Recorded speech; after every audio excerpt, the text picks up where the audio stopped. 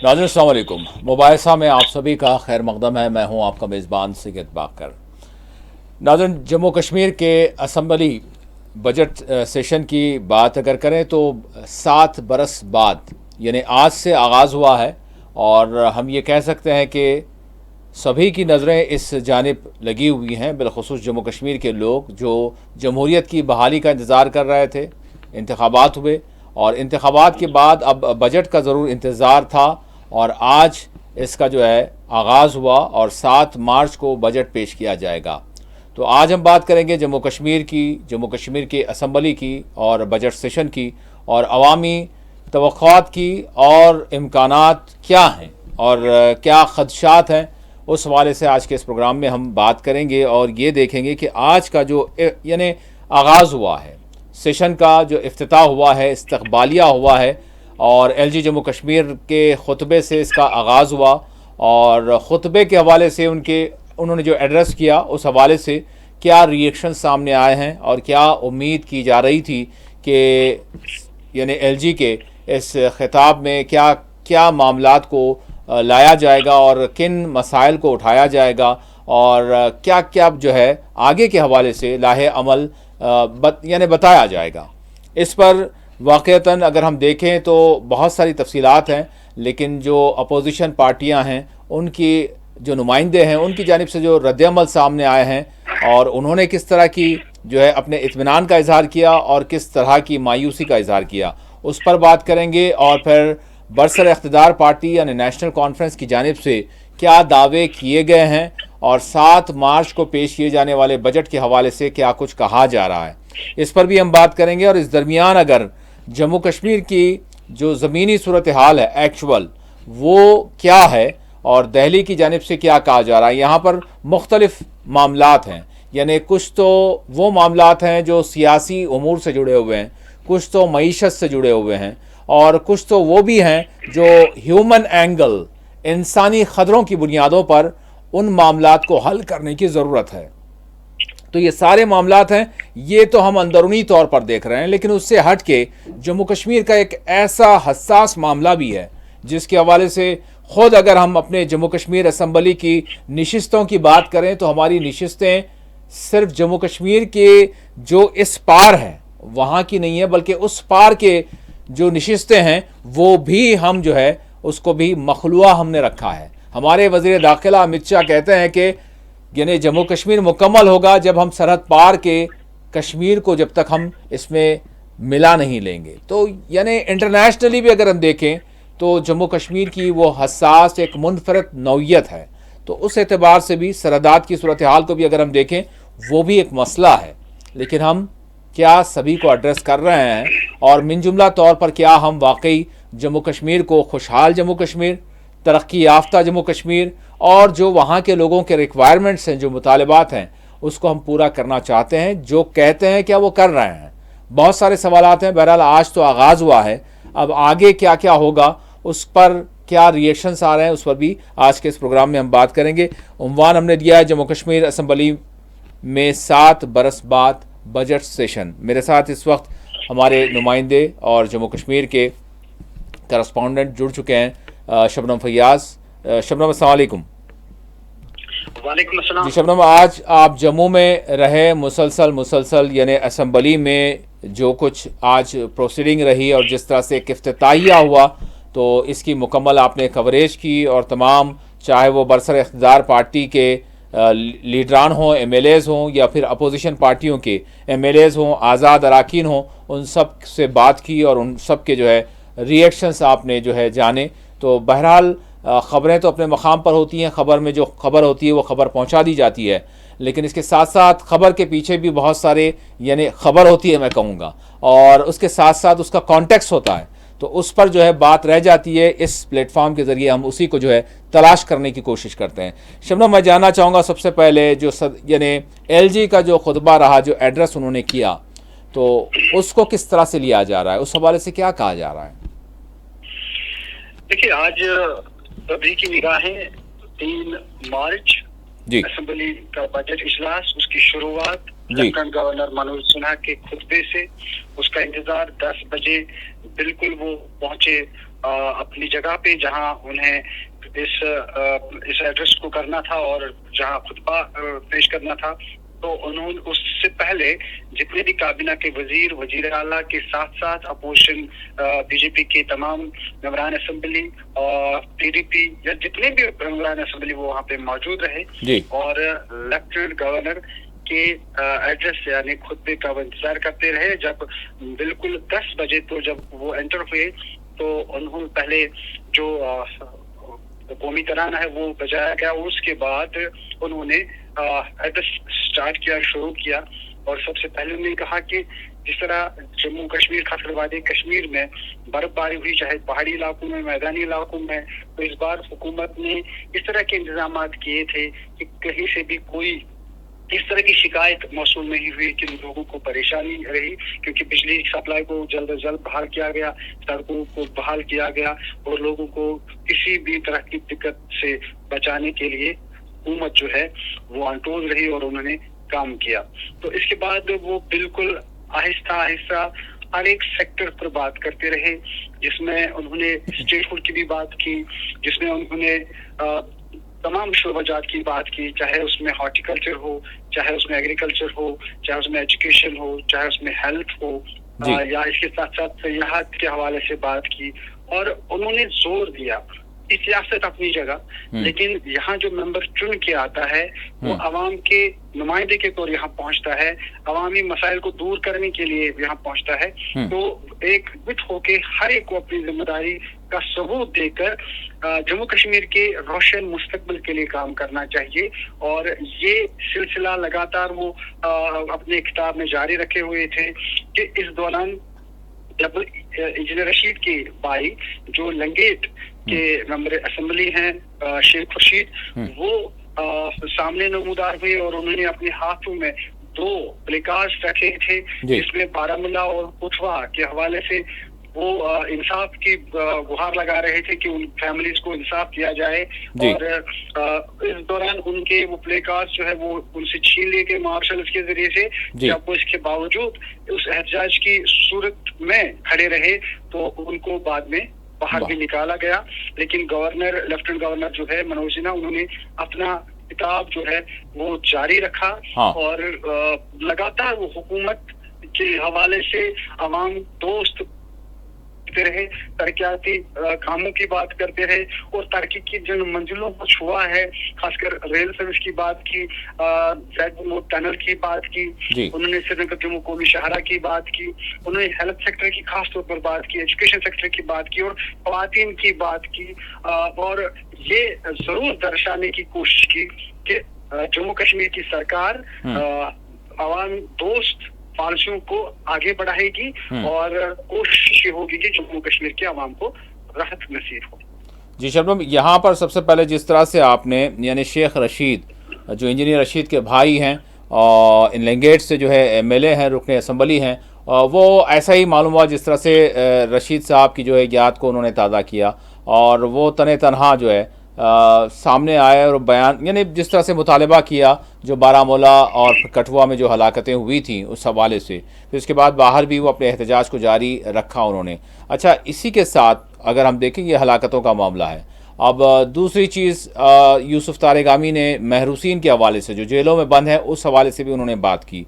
हम इस पर आएंगे, लेकिन उससे पहले पीडीपी के रुकने असेंबली वहीदुर रहमान पर्रा ने कहा कि इसमें यानी या दफ़ा 370 का कोई जिक्र नहीं है। तो अब सवाल सिर्फ एलजी के खुद यानी एड्रेस में तो छोड़ दें, लेकिन ख़ुद एनसी सरकार पर यह इल्ज़ाम आयद हो रहा है। ख़ुद सज्जाद गनी लोन ने कहा है कि अब दफ़ा 370 को ये यानी दिखावे के लिए भी इसका जिक्र नहीं कर रहे हैं। तो इस हवाले से मैं जानना चाहूँगा कि वाकई जो बरसर इख्तियार पार्टी के जो अराकीन हैं उनसे कोई सवाल नहीं हो रहा है या फिर वो इस हवाले से क्या कह रहे हैं? देखिए, जब ये सरकार वजूद में आई, जब इन्होंने इलेक्शन लड़ा, इलेक्शन के दौरान इन्होंने जरूर ये वादे किए,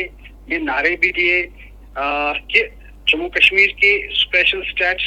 की बहाली के लिए जद्दोजहद की जाएगी। जम्मू कश्मीर को स्टेट हुड मुकम्मल रियासत का दर्जा, इस हवाले से जद्दोजहद की जाएगी। जम्मू कश्मीर के आवाम को राहत देने के हवाले से बात की जाएगी। चाहे DSA की बात करें, चाहे हम बाहर के जेलों में जो कैदियों में जो नौजवान हैं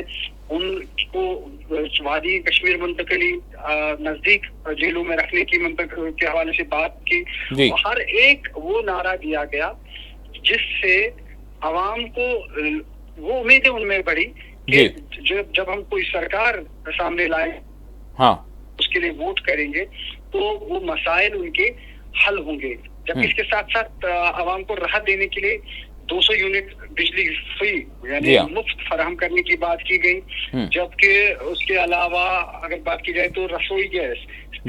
12 महीने हर महीने एक गरीबी की सतह से जो नीचे लोग हैं उनको मुफ्त में तकसीम किया जाएगा। नौकरियों के हवाले से बात की गई। पोस्ट जो भी कहीं पे कोई इस तरह का जो मुख्तलिफ महकमे हैं जहाँ नौकरियां जो मुलाजमी चाहे रिटायर हुए हों चाहे नए लगाने हों, तो इस हवाले से वैकेंसीज को देखा जाएगा, उनको फिल किया जाएगा। तो ये सारे वादे लेके नेशनल कॉन्फ्रेंस ही नहीं बल्कि तमाम पार्टियों ने इलेक्शन लड़ा। लेकिन नेशनल कॉन्फ्रेंस को जब मैंडेट मिला तो नेशनल कॉन्फ्रेंस पे सारी जिम्मेदारियां ऑटोमेटिकली आयद हो गई, क्योंकि जिस कदर उन्हें मैंडेट मिला ऐसा लगा कि लोगों ने दूसरी पार्टियों के बजाय नेशनल कॉन्फ्रेंस पर एतमाद जताया। और यही वजह थी कि उसको वोट देकर उनको निशस्तें देकर सरकार बनाने का मौका मिला। हालांकि उनको कांग्रेस का सपोर्ट भी लेना पड़ा, हालांकि उसको नेशनल कॉन्फ्रेंस को दीगर जो आजाद उम्मीदवार हैं उनका भी सपोर्ट लेना पड़ा। कुल मिला के ये साफ नजर आया कि इतने तादाद इतनी थी कि उनकी गवर्नमेंट को इतना खतरा भी नहीं रहा। तो सरकार जब चलने लगी तो आवाम को हर महीने ये उम्मीद बढ़ने लगी कि अब होगा अब होगा अब होगा। लेकिन अभी तक इस सरकार ने उन वादों में से जो ज्यादा जो लोगों की जहनों में है, जो सुर्खियों में रहे, चाहे बिजली की मुफ्त बिजली 200 यूनिट, चाहे रसोई गैस के सिलेंडर, चाहे नौकरियों का मतलब जो नौजवान बेरोजगार हैं उनके लिए रोजगार की फराहमी, और इसके साथ साथ दीगर जो वादे थे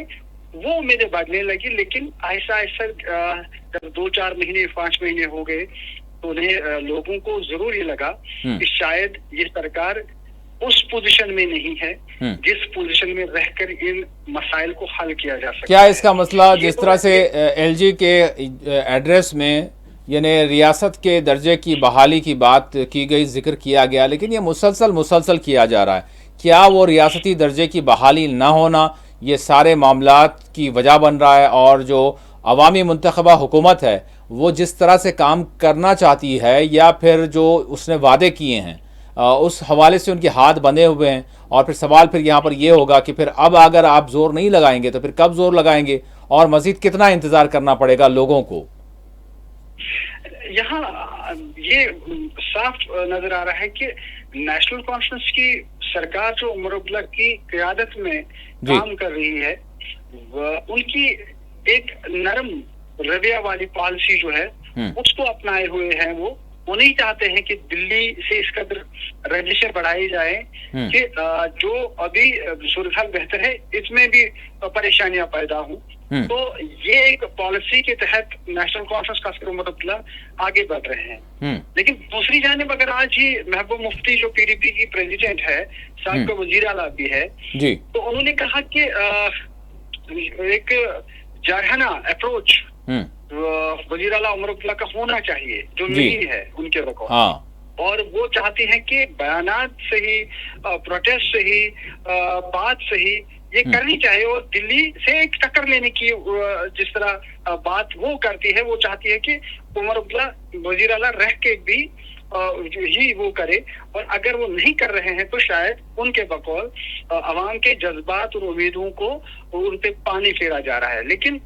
यहाँ नेशनल कॉन्फ्रेंस लगातार खासकर उमर अब्दुल्ला की सोच हमेशा जब भी बयानात जारी किए जाते थे, चाहे वो अपोजिशन में थे, चाहे महबूब मुफ्ती सरकार में थी या उमर अब्दुल्ला सरकार में थे, तो हमेशा ये देखा गया है कि उमर अब्दुल्ला ने कभी भी बड़ी हड़बड़ाहट में या कोई जहराना रवैया इख्तियार नहीं किया है, कभी भी नहीं किया है। तो जबकि महबूबा मुफ्ती जो पीडीपी की प्रेसिडेंट है, वो अक्सर व बेशतर इस तरह के बयानात जारी करती है, और उस पार्टी में जो वहीद रहमान परा उनके एमएलए भी है पुलवामा से, आज भी उन्होंने कहा कि इस गवर्नर के खुतबे में जो सियासी कैदी है उस हवाले से बात नहीं की गई है, प्रॉपर्टी राइट्स के बारे में बात नहीं की गई है, और उन्होंने जो 13 जुलाई यौम शुहदा के तौर मनाया जाता छुट्टी होती थी, उस हवाले से भी उन्होंने बात की। जबकि ये बात महबूबा मुफ्ती ने भी छेड़ी गुज़िश्ता रोज ही, कि उन्होंने अपने जो मेंबरान असेंबली उनको उन पे जोर दिया है कि ये बात छेड़ी जाए वहां पे। तो आप देख सकते हैं फर्क, और ये ऐसा ही है कि अगर आप इस तरह का नारा देते हैं, इस तरह की बात करते हैं, अगर इख्तियार आप तक मुंतकिल हो जाए फिर क्या करेंगे आप? तो अक्सर बेशतर ये देखा गया है कि जम्मू कश्मीर में जितनी भी सियासी पार्टियां हैं, और सिर्फ जम्मू कश्मीर में नहीं बल्कि मुल्क की जितनी भी सियासी पार्टियां हैं, जम्मू कश्मीर को लेकर वो इस तरह का बयान जरूर देते हैं कि अवाम के जज्बात को उभारा जाए, टच किया जाए उस जगह पे जहां अवाम जो है, अगर एक कोमा में जैसे कोई बंदा फंसा है, अगर उसको कोई इस तरह का करंट आ जाता है तो एकदम वो झटका लग जाता है, उसको एक जैसे हिस्स आ जाती है, होश आ जाता है। तो बिल्कुल इसी तरह हर एक सियासी पार्टी का हमेशा यहाँ पे ये तरीका कार रहा है कि अवाम की नब्ज को छेड़ना और वो बात करना। लेकिन जब इख्तियार में ये लोग आते हैं, ये नब्ज अपनी इनकी डूब जाती है, अपनी नब्ज इनकी रही रह जाती है, तो लोगों की कैसे रहेगी? और यहाँ दिल्ली से बैर भी बहुत बहुत महंगा फिर जम्मू कश्मीर के अवाम को पड़ता है। और जब इस तरह की सूरत हाल बनाएगी, कशीदा हालात इतने बरसों रहे, कई दहाइयों तक रहे, और आखिर में जब देखा गया तो अवाम को बहुत सारी मुश्किलात झेलनी पड़ रही है और अवाम को बहुत कुछ खोना पड़ा। ये साफ नजर आ रहा है कि शायद उमर अब्दुल्ला इस चीज को, इस बात को समझ रहे हैं, क्योंकि अगर जब हम मुंतकली की बात करते हैं जम्मू कश्मीर के किसी भी सियासी पार्टी के लीडर की, जब बात आती है कि जो भी कैदी बाहर हैं उनको कम से कम, और सच भी है, हकीकत भी है, बहुत से लोग ऐसे हैं जो उनके अपने बच्चे जो है किसी भी केस के तहत अगर वो दूर किसी मुल्क के किसी कोने में मुकीद है, कैद है, तो उन तक पहुंचना, उनसे बात करना, उनको जब मुलाकात का वक्त दिया जाता है, बहुत से लोग ऐसे हैं जो नहीं जा पाते हैं क्योंकि उनके पास इतना पैसा नहीं होता कि वो मुल्क के उस कोने तक सफर करे जिस कोने में उनका अपना कोई रिश्तेदार या कोई भी अपना हो। तो सबसे पहली मुसीबत तो जेल में रहना, किसी रिश्तेदार का जो है जेल में कैद रहना, वही सबसे बड़ी आफत है। और फिर वो जेल जो है न सिर्फ यानी करीबी इलाके में, बल्कि न सिर्फ रियासत के किसी कोने में, चले ठीक है वो भी नहीं, बल्कि रियासत से बाहर, बल्कि किसी और रियासत में, तो फिर वो गरीब ख़ानदान उनका क्या हाल होता होगा। इस हवाले से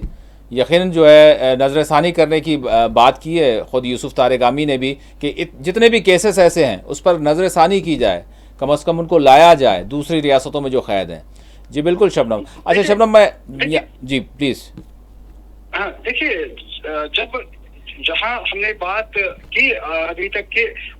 हर तरफ से आवाज आ रही है कि उन नौजवानों को जो किसी भी केस में मुलविस हैं उनको आप यहाँ भी जेल में रखें और लेकिन नजदीक रखें। तो लेकिन दिल्ली की जब बात आती है, दिल्ली का जो रवैया है खासकर 2019 के बाद वो ये है कि किसी भी तरह से जीरो टॉलरेंस जो है मिलिटेंसी रिलेटेड केसेस में होगी। और ये यहाँ के अलजीब भी कहते हैं, ये वजीर दाखिला भी कहते हैं, ये दिल्ली के बहुत से ऐसे काबीना के वज़रा हैं वो ये बात करते हैं। तो जाहिर सी बात है इस दिल्ली की सरकार जो है वो इस मामले में कोई छूट या कोई भी नरमी बरतना नहीं चाहती है। और यही वजह है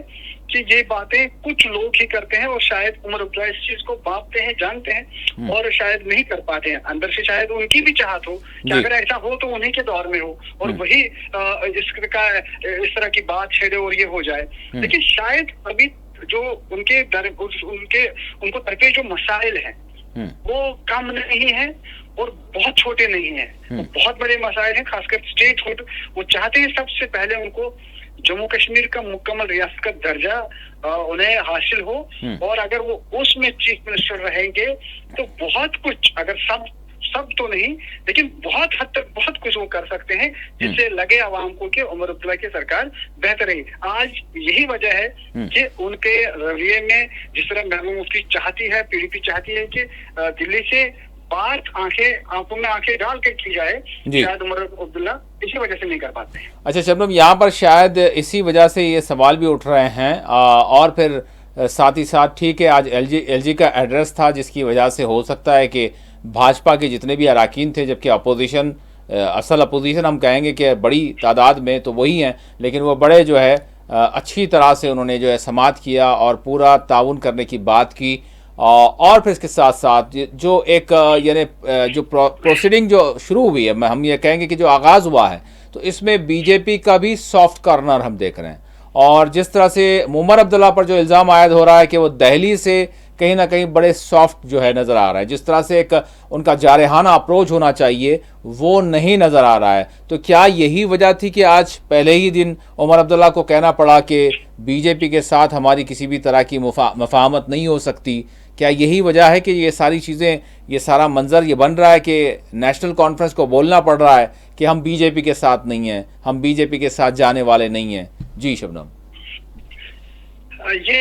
बहुत ही संजीदा मामला है तमाम सियासी पार्टियों के लिए जो कश्मीर बेस्ड है। जी जी, कि वो बीजेपी के नजदीक जाए। आपने देखा होगा उमर अब्दुल्ला एक जमाने में इनके मिनिस्टर रहे, आज तक वो जेल रहे हैं। वो बातें जो उनको वो ताने आज भी दिए जा रहे हैं, हालांकि वो इसका तोड़ ये निकाल रहे हैं कि मैंने यहाँ अकार्ड नहीं किया था, मैंने यहाँ बीजेपी के साथ इत्तेहाद नहीं किया, वो जो इंडिया गठबंधन है सेंटर में वो तब की बात है, उस वजह से वहां पे उसमें शामिल रहे उस सरकार में। लेकिन उनका ही एक बयान है, कुछ भी हो जाए अब मैं बीजेपी से कभी हाथ नहीं मिलाऊंगा, ये उनका एक बयान आया है बहुत पहले। तब इंतखाबात की बात नहीं थी, तब उन्होंने कहा कि बहुत बड़ी गलती थी कि हमने ऐसा किया था। लेकिन दूसरी जानिब जब पीडीपी ने इत्तेहाद किया था जम्मू कश्मीर में बीजेपी से, वो आज इस कदर खमियाजा उसको भुगतना पड़ा कि जब इलेक्शन हुए 2024 में, तो आप देख सकते हैं कि सिर्फ 3 एमएलए उनकी, जिनकी तादाद बढ़ती जा रही थी एमएलए की, जब उन्होंने मुफ्ती मोहम्मद सईद की क़यादत में पहले अपनी पार्टी पीडीपी बनाकर इलेक्शन लड़ा था, बहुत कम तादाद के बाद 16 उनके मेंबरान असेंबली थे, तो उसके बाद उनकी तादाद दूसरे इलेक्शन में बढ़ी थी और ये बढ़ती जा रही थी। उनकी एक ग्रिप जो है वो बढ़ती जा रही थी, वो पकड़ उनकी बहुत मजबूत होती जा रही थी। और खासकर जनूबी कश्मीर में, फिर नॉर्थ कश्मीर में, इवन अब वो सेंट्रल कश्मीर में भी पहुंच गई थी और नेशनल कॉन्फ्रेंस बैकफुट पे चली गई थी। लेकिन जब उन्होंने इत्तेहाद बीजेपी से किया, ये खमियाजा जो है उनको भुगतना पड़ा, और हर एक सियासी पार्टी जो कश्मीर बेस्ड है उनको काफी नुकसान उठाना पड़ा है। आप देख सकते हैं कि 2024 में जब इलेक्शन हुए तो अल्ताफ बुखारी साहब जो थे, उनको ये ताना दिया गया कि ये बी टीम है, ये बी टीम है, ये टीमें जब बनाई गई तो आप उनका भी देख सकते हैं हशर क्या हुआ। तो बहुत मुश्किल है इस बात को खुलेआम कहना कि हम बीजेपी के साथ रह सकते हैं, जा सकते हैं। यही वजह है कि उमर अब्दुल्ला को सफाई देनी पड़ रही है। और जो आपने बात ये कही थी कि शायद बीजेपी का भी आज सॉफ्ट कॉर्नर रहा, ऐसी बात नहीं है। जब आज ये गवर्नर के खुतबे के बाद कार्रवाई ऐवान की शुरू हुई, तो सबसे पहले आज उन जो मेंबरान असेंबली थे या डॉक्टर मनमोहन सिंह जो मरहूम जो प्राइम मिनिस्टर रहे हैं, तो उनको याद किया गया, उनको खराज अकीदत पेश किया गया। तो जब खराज अकीदत की बात आती है, जो मरहूम हुए होते हैं, जो लोग इंतकाल कर चुके होते हैं, तो उनके मतलब जब बात होती है तो हर किसी को अपने लहजे में नरम रवैया इख्तियार करना पड़ता है, और आज यही तक कार्रवाई रही। लेकिन जब इसी तरह सियासी कैदियों को वहां से दूसरे जेलों से कश्मीर लाया जाए, जब प्रॉपर्टी राइट्स की बात आ जाए, जब आर्टिकल 370 की बात आ जाए, जब स्टेटहुड की बात आ जाए, जब दिल्ली सरकार के उस फैसले की नफी और उस पर मजम्मत की बात आ जाए असेंबली में, तो जाहिर सी बात है बीजेपी के लोग उस वक्त चुप नहीं बैठ सकते हैं। उनके अच्छी खासी तादाद में मेंबरान असेंबली है, तो वो शोरगुल जो है आप कल से ही यकीन रखें कि आपको देखने को अब देखने वाली बात यह है कि किसके दरमियान कौन सा मुद्दा होगा और कौन सा कॉमन जो है मामला होगा, क्योंकि जिस तरह से अगर हम श्यामलाल शर्मा की बात करें, उनसे जब पूछा गया तो उन्होंने इवन दफ़ा 370 तो छोड़ दें, उसको तो बिल्कुल बिल्कुल एंटी नेशनल मामले में ला दिया जा रहा है। और यहाँ तक भी कह दिया गया कि जिस अगर कौम मुखालिफ और यानी इस तरह की बिल्स लाई जाएंगी और जो लोगों के जो है यानी कि इस तरह की बिल्स जो कौम मुखालिफत में आएगी वो किस तरह की होगी, क्या होगी, वो बीजेपी वाले ही बेहतर बता सकते हैं, लेकिन हम उसकी इजाज़त नहीं दे सकते। ये जो है सुनील शर्मा ने भी कहा और फिर साथ ही साथ श्यामलाल शर्मा ने कहा कि रियासत के दर्जे की बहाली ये मेन डोमेन में नहीं है। मतलब इसको किस तरह से लिया जाए, ये डोमेन में नहीं है तो फिर क्या है डोमेन में? ये यही यही बातें हैं जिन पे बहस होगी, जिन पे बहस तकरार होगी, जिन पे इल्जामात जवाबी इल्जामात की बारिश होगी और यहाँ से ही शुरुआत होगी। और जब बीजेपी के लोग या मेंबर असेंबली यही कह रहे हैं या दूसरी पार्टियों के, हम सरकार को देख रहे हैं कि सरकार क्या बजट में लाएगी, क्या करेगी, अगर अवाम दोस्त बजट नहीं होगा तो उसका जवाब दिया जाएगा। ये सीधी सी बात है। जैसे इंदिरा रशीद के भाई ने आज कहा कि ये जो सिक्योरिटी फोर्सेस है या जो पुलिस है, इनको ये तो एलजी के मातहत आते हैं, इसलिए मैंने एलजी के एड्रेस के दौरान प्रोटेस्ट किया। लेकिन जब अवामी मसाइल की बात जो डोमेन इस उमर ब्लॉक के पास है, इस सरकार के पास है, जब वहां मुश्किलात की बात आएगी तब मैं उनके खिलाफ खड़ा हो जाऊंगा। तो देखने वाली बात है, समझने वाली बात है। हर एक सियासी पार्टी का जो भी मेंबर असेंबली ऐवान में इस वक्त है,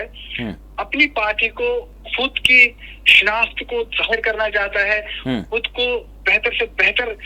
साबित करने की कोशिश करता है। लेकिन जब अवाम की बात आती है तो कोई ना कोई नुक्स जरूर निकाला जाता है। हर एक फैसले के खिलाफ कोई ना कोई आवाज उठाई जाती है। ये सिर्फ अगर अच्छी बात बीजेपी वाले करें तो सरकार में जो लोग बैठे हैं वो उसकी नफी करेंगे। अगर सरकार कोई अच्छा कदम उठाएगी अपनी तरफ से तो बीजेपी या दूसरी सियासी पार्टियां जो हैं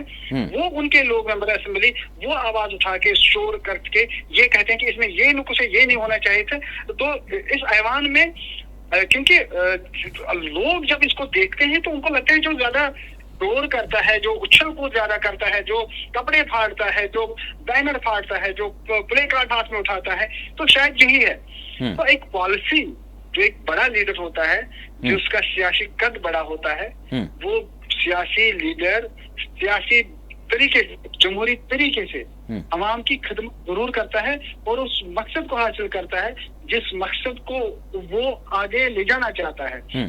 शबनम, सबसे पहला मकसद तो यही है कि अवाम ने आपको मुंतखब किया है, तो सबसे पहला मकसद तो कम अज़ कम बुनियादों पर यही तो कहा जा रहा है कि रियासती दर्जे की बहाली कम अज़ कम हो। उसके लिए क्या वो जो है बोल्ड अप्रोच नज़र आ रहा है? ठीक है, आज की बात छोड़ दें, आज तो इफ्तिताही जो है खुतबा हुआ, एड्रेस हुआ और इसमें ठीक है बहुत सारे जितने जो है जो बिछड़ जाने वाले, जो आंजहानी, जो मरहूम बन जाने वाले जो एमएलएस थे उनको याद किया गया। हमारे वज़ीर आज़म जो मनमोहन सिंह साहब थे उनको भी याद किया गया, उनके खिदमात को जो है खराज पेश किया गया। ठीक है, आज का थोड़ा सा बड़ा जो है खामोश तरीके से गुजर गया, लेकिन अब कल से क्या उम्मीद की जाएगी, बिलखुसूस नेशनल कॉन्फ्रेंस की जो हुकूमत है इनके हवाले से कि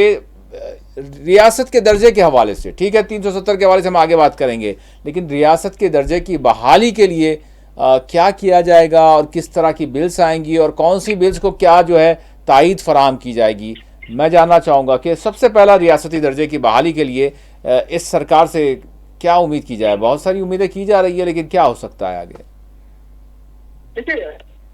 वो कोई लीडर यहाँ का नहीं है जो ये नहीं चाहेगा कि जम्मू कश्मीर को मुकम्मल रियासत का दर्जा दिया जाए। अब हर एक पार्टी को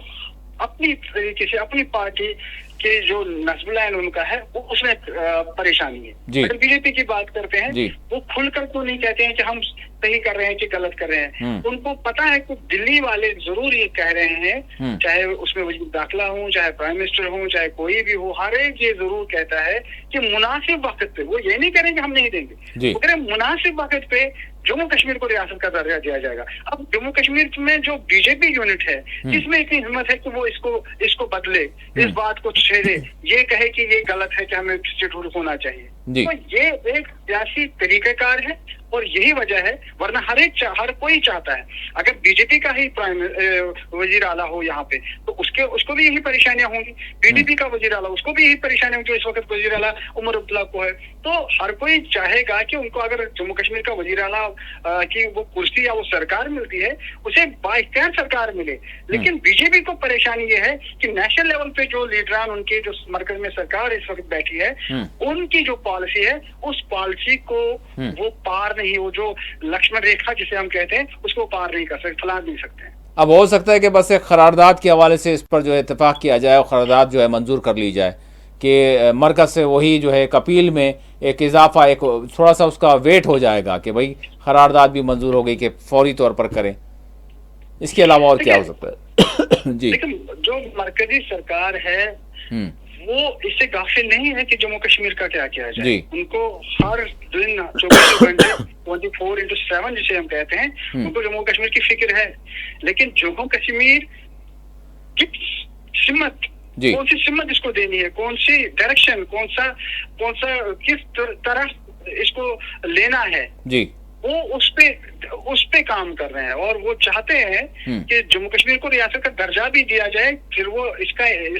इनकार ही इससे करते। वो तभी जब 2019 में पार्लियामेंट में 370 को खत्म किया गया, जब वो यूटी में तब्दील किया गया,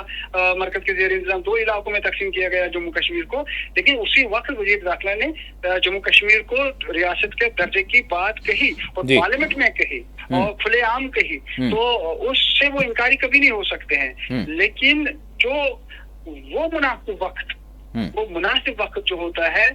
वो कब आए। जिस तरह से आज नेशनल कॉन्फ्रेंस के कई लीडरान का कहना है, बातें सामने आ रही, तनवीर सादिक की तरफ से भी एक बात आई थी कल कि बहुत जल्द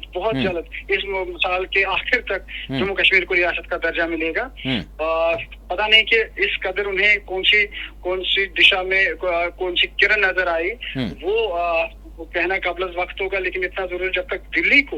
एतमाद न हो कि जम्मू कश्मीर को रियासत का दर्जा देकर इसमें जो सूरत हाल में बेहतरी आई, इसमें कोई गड़बड़ पैदा नहीं होगी, शायद तब तक नामुमकिन है कि जम्मू कश्मीर को रियासत का दर्जा दिया जाए। लेकिन इतना जरूर है कि दिल्ली को भी इसका एहसास है कि अगर वादा किया है तो कैसे इस वादे को पूरा किया जाए।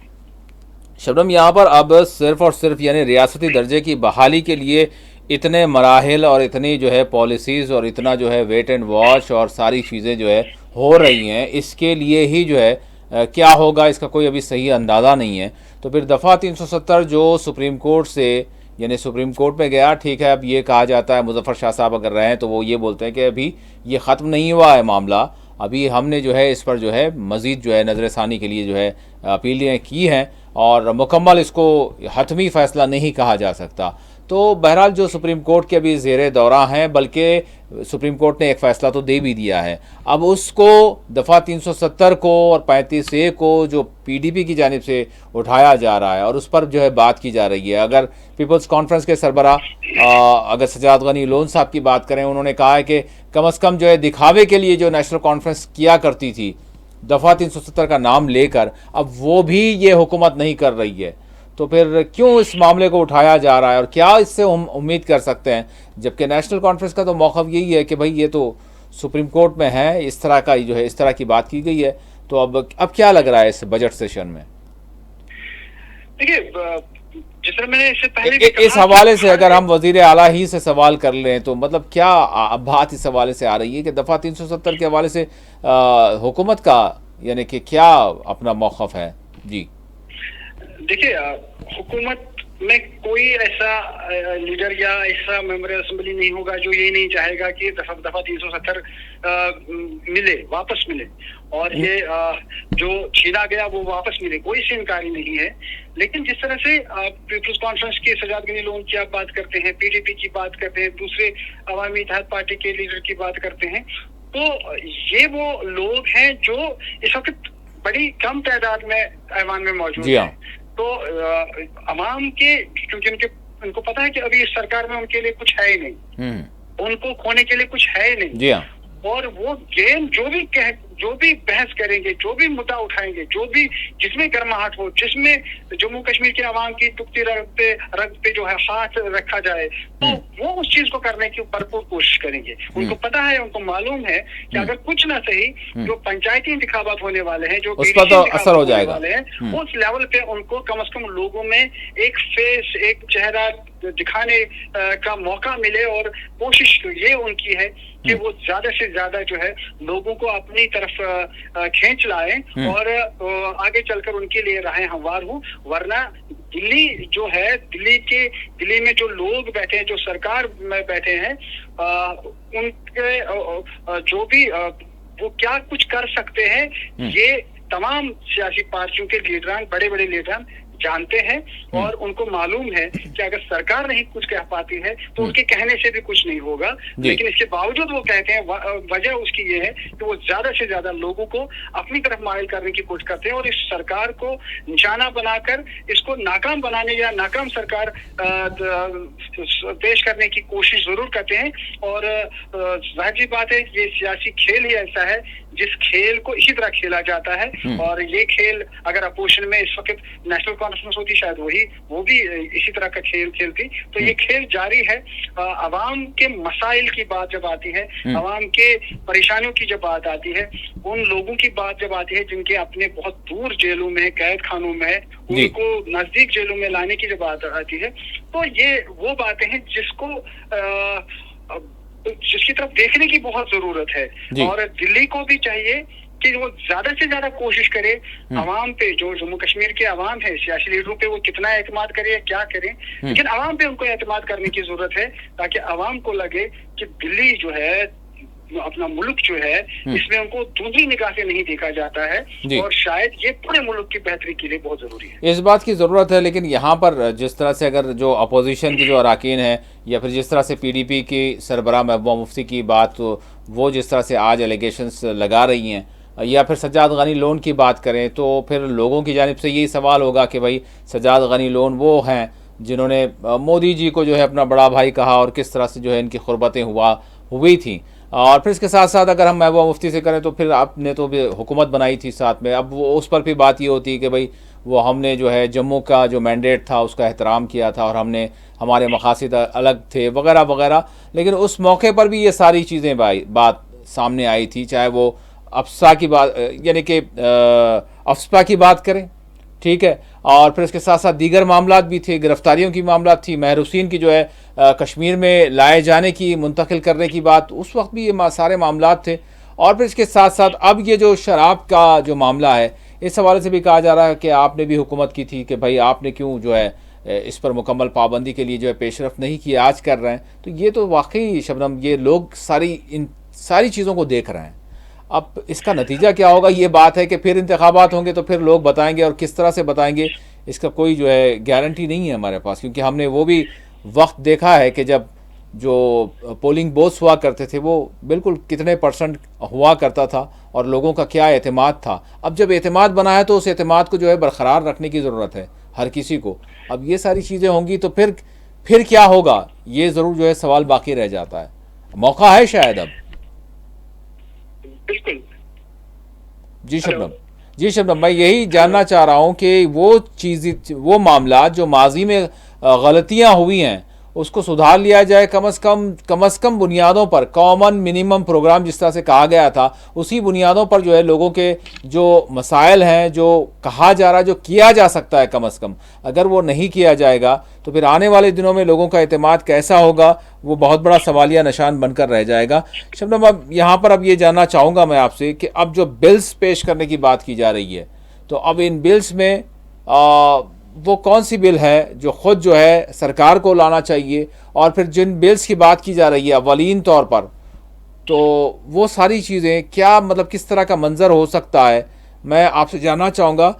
बिल्स को अगर हम देखें तो शराब के हवाले से, शराबबंदी के हवाले से PDP जो मामले को उठा रही है, इसके अलावा भी दीगर मामलात भी हैं, तो बहरहाल NC के जो अरकान हैं वो क्या कह रहे हैं? देखिए, जो शराबबंदी की बात आती है, जब इस बिल की बात आती है, तो इस बिल को इनकारी कोई नहीं हो सकता। इसको बहुत हद तक इस पे बात होगी और सिर्फ क्या एक बिल पेश करने की इजाजत होगी, ये स्पीकर इसकी इजाजत देंगे, ये पहुंचेगी वहां तक। अगर इस पे बहस होती है तो इस बिल के हक में अक्सर बेशतर जो है मुहर लगाई जाएगी कि नहीं, ये होना चाहिए। क्योंकि इसमें हमने देखा कि आज भी हम असेंबली में मौजूद थे तो हमने देखा कि बीजेपी के शबनम, यहाँ पर बीजेपी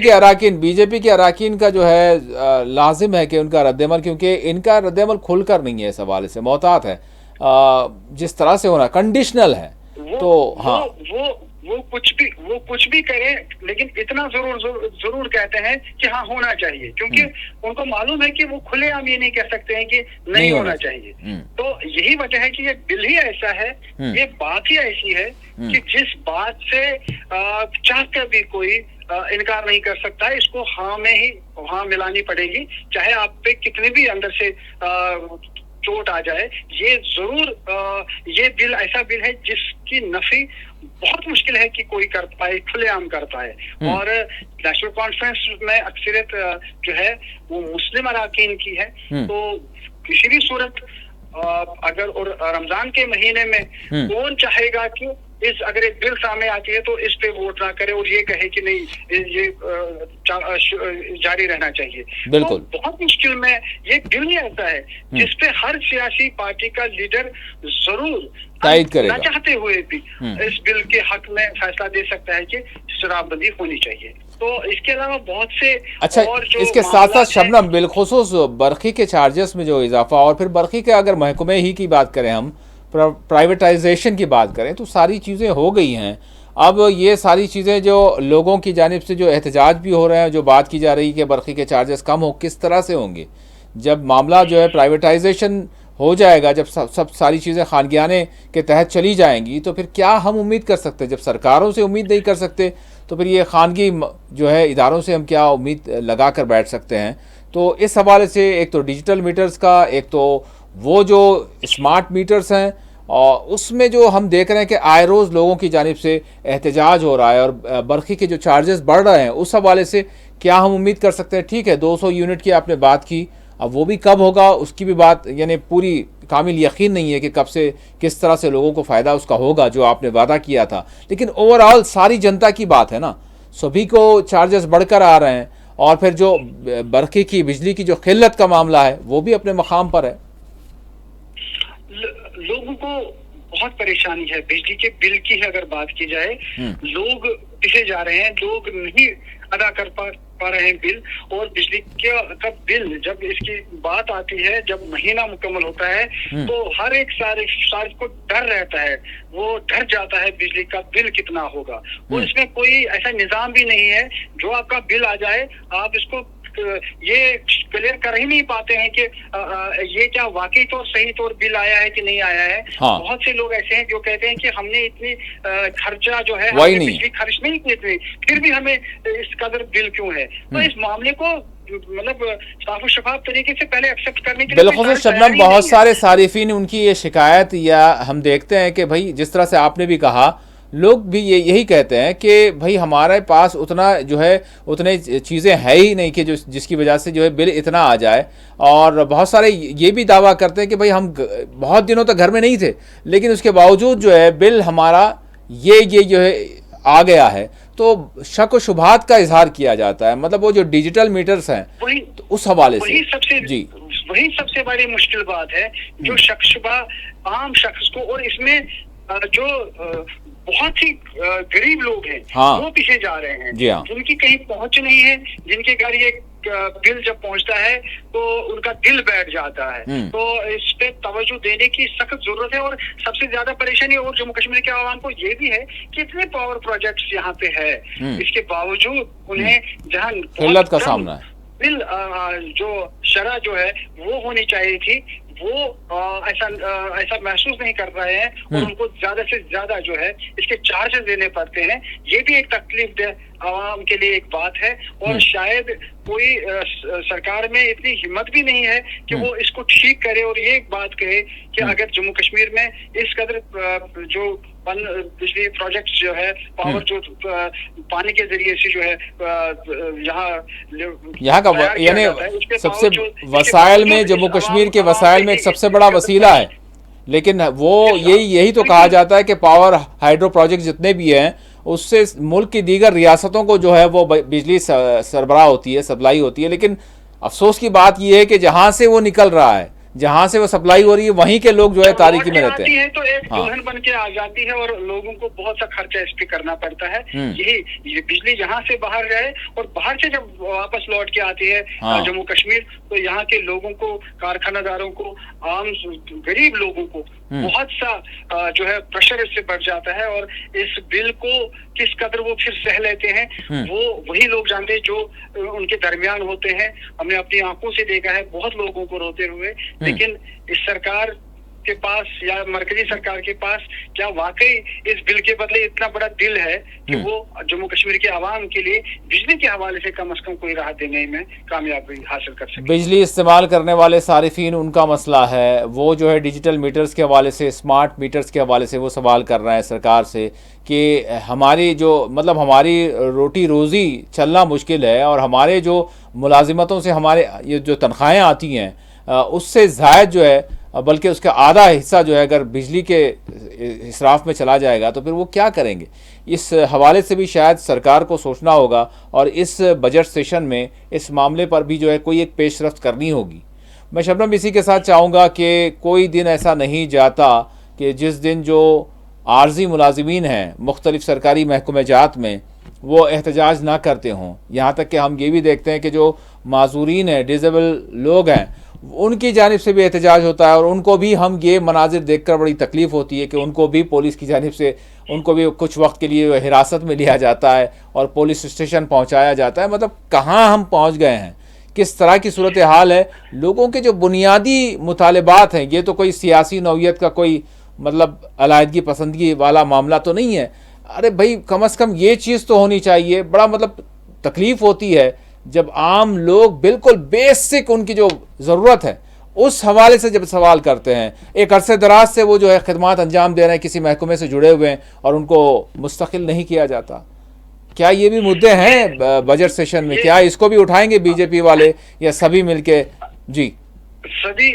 सभी लोगों को मालूम है कि सहना सिखाया जा रहा है आवाम को, गरीब आवाम को, जो अपना आवाम है सहना सिखाया जाता है, खामोश रहना सिखाया जाता है। लेकिन इस आवाम के लिए राहत के लिए कुछ किया जाए, जहां बच्चे मुफ्त तालीम हासिल कर सके, जहां बच्चों को तालीम हासिल करके रोजगार मिल सके, जहां मुफ्त इलाज मिल सके, जहां बेहतर तौर सड़कें हों, जहां कम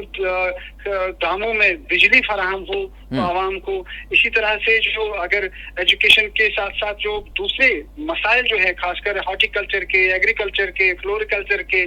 बहुत सारे जो शोबाजात हैं, सयाहती मकामात यहाँ पे है जो अभी तक नक्शे पे नहीं लाए गए हैं, उनको नक्शे पे लाकर डेवलप किया जाए हर एक इलाके को। क्योंकि पूरा जम्मू कश्मीर एक खूबसूरत इलाका है, रब का करम है। लेकिन इस सरकार, चाहे वो दिल्ली की मरकजी सरकार हो यहाँ पे हो या पकड़ यहाँ पे हो या जम्मू कश्मीर सरकार की, तो दोनों तरफ से अगर कोशिश की जाती इस तरह के कदम उठाने की, तो शायद ये कहा जाए कि आवाम की राहत के लिए काम किया जा रहा है। लेकिन अगर सिर्फ खामोश रहने के लिए कहा जाए तो शायद उनको अब तसल्ली खुद मिलती है, लेकिन आवाम अंदर ही अंदर घुट के किस तरह की सोच रखती है, किस तरह की परेशानियों में मुब्तला रहती है, किस तरह की दुआएं उनसे फिर निकलती है। तो शायद अगर ये पता चले सरकार को तो वो जरूर इस पे संजीदगी से बात काम करेंगे ताकि आवाम की राहत के लिए जो है कोई ऐसा मैकेनिज्म तैयार किया जाए जिससे लोग वाकई तौर कहें कि जो भी इस वक्त सरकार है, हम कहते हैं कि हमारा मुल्क तरक्की याफ्ता है या तरक्की की तरफ दौड़ रहा है, बढ़ रहा है, लेकिन अगर गरीब शख्स गरीब से गरीब तर होता जाएगा और अमीर शख्स अमीर से अमीर तर होता जाएगा, इसको बैलेंस नहीं कहा जाएगा। ये टोटल बिगाड़ देता है बैलेंस को। और एक शख्स बड़े ऐशो आराम से जिंदगी गुजारे, एक शख्स वीरान तरीके से जिंदगी गुजारे, एक मुल्क में इस तरह का तरीकाकार अगर हो तो वो तरक्की नहीं होती है। शबनम, इसके साथ साथ यानी जो कार्रवाइयाँ भी कुछ इस अंदाज की कि सरकारी मुलाजिमीन को फौरी तौर पर बरतरफ कर दिया जाना, मिलिटेंसी के मामलात से जो है कहीं ना कहीं या फिर हमदर्दी करने या फिर कुछ लिंक्स होने, इस तरह की जो है इल्ज़ामात आयद होते हुए उनको फौरी तौर पर जो है खिदमत से बरतरफ कर दिया जाना। वहीदुर रहमान पर्रा ने भी जो है इस हवाले से बात की है और उस हवाले से भी जो है और फिर साथ ही साथ फिर इमलाक को, अराज़ियात को और मकानात को ख़र्क कर देना, और ये वो सारी चीज़ें हैं जो फिर सवाल खड़ा करती हैं। और फिर सरहदात पर अगर हम देखें तो, और फिर मिलिटेंसी के वाक़यात को देखें तो ख़त्म नहीं हुए हैं। तो इस हवाले से क्या आप ये हम देख सकते हैं, वैसे तो अगर हम बजट सेशन में पहले ही कह दिया गया, पहले ही से लाहे अमल तय कर दिया गया कि इसमें जो है कोई लॉ एंड ऑर्डर के हवाले से या फिर इसके साथ साथ अमन और सलामती के हवाले से जो उमूर हैं जो मरकज़ के ज़ेरे तहत आते हैं तो उस पर कोई चर्चा नहीं होगी। तो फिर इस हवाले से किस से बात की जाए, दिल्ली से? यही यही वो बात है जिस बात की तरफ हर कोई तवज्जो चाहता है, क्योंकि जो दिल्ली है उन्होंने इस तरह का जो जिसको हम पावर कहते हैं वो अपने पास रखा है जी कि कोई भी कार्रवाई जो है, क्योंकि उनका जो मैंने कहा कि जीरो टॉलरेंस अगेंस्ट मिलिटेंसी जो उनका नारा है या उनकी बात है, ये उसी का नतीजा है कि जिस तरह से यहाँ हर कोई सियासी लीडर ये बयानबाजी करता है कि नहीं पहले स्टेटहुड पहले स्टेटहुड। यही वजह है कि दिल्ली जरूर चाहती है कि जिस तरह की अमन कानून की सूरत हाल उन्होंने बेहतर की है, जिस तरीकेकार से बेहतर की है, क्या जम्मू कश्मीर में कोई पार्टी, कोई जिसको आवाम भी चाहे और वो इस तरह की कार्रवाई भी करे, क्या कोई है उसकी तलाश में ही है। तो शायद यही वजह है कि स्टेटहुड जो है अभी दूर है। और जो मामला जो है, चाहे क्योंकि ड्रग्स की जब बात आती है, जब ड्रग्स में मुलविस लोग हैं जो इसका कारोबार करते हैं, उनकी जायदादें, उनकी जो प्रॉपर्टी है उसको इसीलिए सीज किया जाता है, इसीलिए जब्त किया जाता है, क्योंकि उनको सिक्योरिटी एजेंसियों को ये इत्तलात जरूर है कि ये मुल्क दुश्मन कार्रवाइयों में ये पैसा सर्व किया जाता है और इसकी जो शह है वो सरहद पार से है। और यही वजह है कि इस तरह की कार्रवाइयां हो रही है। और यही वजह ये भी है कि दिल्ली ने इस तरह के इख्तियार जो है अपने इख्तियार में ही रखे हैं। जी शबनम, ठीक है, बिल्कुल इस हवाले से रखा है, लेकिन इसके साथ साथ बहुत सारी चीज़ें ये भी तो दावे होते हैं कि सब कुछ ठीक ठाक हो चुका है और यानी कोई ऐसा मामला नहीं है जो अपोजिशन की जानिब से ये कहा जाता था कि दफ़ा 370 ख़त्म कर देंगे तो ऐसा हो जाएगा, वो हो जाएगा, वो सारी चीज़ें नहीं है, सब नॉर्मल सी हो गई है। और जम्मू कश्मीर में अब सारे जो है इंटरनेशनल लेवल के भी जो है बहुत सारे इवेंट्स आज ना सही कल होने वाले हैं, बहुत सारी चीज़ें इस हवाले से दावे किए जाते हैं। तो अब मैं यहाँ पर आपसे जानना चाहूँगा कि इसके साथ साथ अगर हम बात करें, जब तक यानी जो किसी भी रियासत की अगर मईशत वहाँ की मजबूत नहीं होगी तो फिर कोई भी चीज़ जो है वो यानी पायदार नहीं हो सकती। तो अब हम थोड़ा सा ताजरीन के हवाले से उनके मुद्दे, उनके मुतालबात और जो फ्रूट ग्रोवर्स हैं उनके मुद्दे, उनके मुतालबात, अगर उस जानिब अगर हम तवज्जो दें और बिलखुसूस मौसम को लेकर, तो अभी तो अगर टनल की बात की जा रही है और बहुत सारे प्रोजेक्ट्स की बात की जा रही है, तो क्या कुछ राहत हुई है या फिर अब भी वो मुतालबात भी बरकरार हैं और क्या उनको इस बजट सेशन में शामिल किया जाएगा? देखिए, जहां आम लोग इस बजट की तरफ देख रहे हैं वहां किसानों की जिस तरह आपने बात की, क्योंकि किसान बहुत पावर रखता है, ताकत रखता है और मुल्क को चलाने के लिए, अपने इलाके को चलाने के लिए उसका मजबूत होना बहुत जरूरी है। अगर किसान को कमजोर किया जाए किसी भी तरीके से तो मुल्क कमजोर होगा, क्योंकि हमारा मुल्क जो है वो किसानों की वजह से आगे बढ़ रहा है। और जिस कदर हमारी पैदावार ज्यादा से ज्यादा उगाई जाएगी, बढ़ेगी, उस कदर हमारा मुल्क आगे बढ़ेगा। और जम्मू कश्मीर को लेकर अगर बात की जाए तो वादी कश्मीर में जो मेवा संत है इसको बढ़ावा देने की बहुत जरूरत है। इसको इस कदर मार्केट पे फराहम करने की जरूरत है कि ज्यादा से ज्यादा मुनाफा कमाए। और जो अपने मौसम की मार जब पड़ती है, चाहे जब फसल होती है और अनचाहे जो है बेमौसमी, कभी बारिश हो जाती है, कभी बर्फबारी हो जाती है, तो उसकी वजह से जब नुकसानात जमींदारों को, बाग मालिकान को उठाना पड़ता है, तब सरकार उस लेवल की मदद करने के लिए पेश सामने नहीं आती है। और जहां लाखों का नुकसान हो वहां 1000 दिया जाए तो क्या होगा। तो सिर्फ तखमीने लगाए जाते हैं उस वक्त। इस तरह का नुकसान लगातार कई वर्षों से किसानों को झेलना पड़ा है, लेकिन उनको कोई इस तरह की मुराद नहीं दी गई। एक्चुअल तो होना ये चाहिए कि ऐसे खिते में ऐसा इंश्योरेंस जो है हो, ऐसा बीमा हो, उसको माफ करने की बात होती है, लेकिन वो केसीसी लोन माफ करने की कहीं से कोई आवाज नहीं आती है। लेकिन इतना जरूर है कि लोग जो है, किसान जो है, वो बागात लगाएं, लेकिन बागात लगाने के लिए उनको कर्जा दिया जाता है। अगर वो बागात जो ये हाल ही में जो है जम्मू कश्मीर बैंक की तरफ से एक पॉलिसी बनाई गई है कि किसान जो है वो अपने बागात लगा सकता है, वो अपने दरख्त लगा सकता है, वो इसके लिए लोन हासिल कर सकता है। और वो बागात जो उनके दरख्त हैं वो किन एजेंसियों के जरिए उन्हें फराहम किए जाएंगे, क्या वाकई तौर वो दरख्त जो बाहर से लाए जाएंगे वो इस कदर बेहतर होंगे, उसकी तरफ तवज्जो दी गई है। माहिरीन से पूछा गया है कि ये दरख्त वाकई तो यहाँ पे कोई नुकसान तो नहीं पहुंचाएगा, ये किसान को और जमीन पोष तो नहीं करेगा। इन चीजों को देखने की जरूरत है और शायद किसान को अब खुद ही बहुत सोच समझकर कदम उठाना चाहिए, कर्जे में नहीं डूबना चाहिए। पहले ये देखिए कि जो मैं कोई कोशिश कर रहा हूँ कर्जा लेकर बाग बनाने की, कहीं ये बाग मेरे लिए कयामत न बन जाए। यकीनन ये वो सारी चीज़ें हैं नाज़रीन जिस हवाले से यानी कि इस बजट सेशन में भी कहीं ना कहीं बात होनी चाहिए और इनको उठाना चाहिए। यहाँ पर सियासत को छोड़कर, चाहे वो बरसर इक़्तिदार पार्टी हो या फिर अपोजिशन पार्टियां हो और उनके अराकीन हो, ये अवाम के वो कोर इश्यूज़ हैं, वो मामलात हैं, वो देरीना मसाइल हैं, मुतालिबात हैं, जिनको अगर सिर्फ उठाना नहीं है बल्कि उनके हवाले से कोई एक अच्छी सी पेशरफ्त होने की ज़रूरत है। अगर ये नहीं होगा तो लोग बड़े समझदार हैं और वो जो माजी की बातें हुआ करती थी वो अब भूली बिसरी हो गई हैं। अब लोग अच्छी तरह से समझ रहे हैं और कब कहाँ किसको सबक सिखाना है वो भी सिखा सकते हैं। तो इस हवाले से कम अज़ कम अब तो ख्याल रखा जाए और इस बजट सेशन में जम्मू कश्मीर के लोगों के मुतालिबात और उनकी जो संजीदगी, उनकी जिस तरफ जो है तवज्जो है, उस तरफ तवज्जो न सिर्फ दी जाए बल्कि पेशरफ्त की जाए, तभी लोगों का एतमाद हासिल किया जा सकेगा। बहुत बहुत शुक्रिया शबनम, आपने वक्त दिया और तफसीलात बताई और जो कुछ मुशाहिदा है उसको आपने शेयर किया। मज़ीद हम दीगर प्रोग्राम भी करेंगे और जो जम्मू कश्मीर बजट सेशन जो चल रहा है इसकी अलग अलग जो रूदात होगी वो हम आप तक पहुँचाते रहेंगे। इसी के साथ खुसूसी प्रोग्राम मुबाहिसा अपने अख्ताम को पहुँचता है। अल्लाह हाफ़िज़।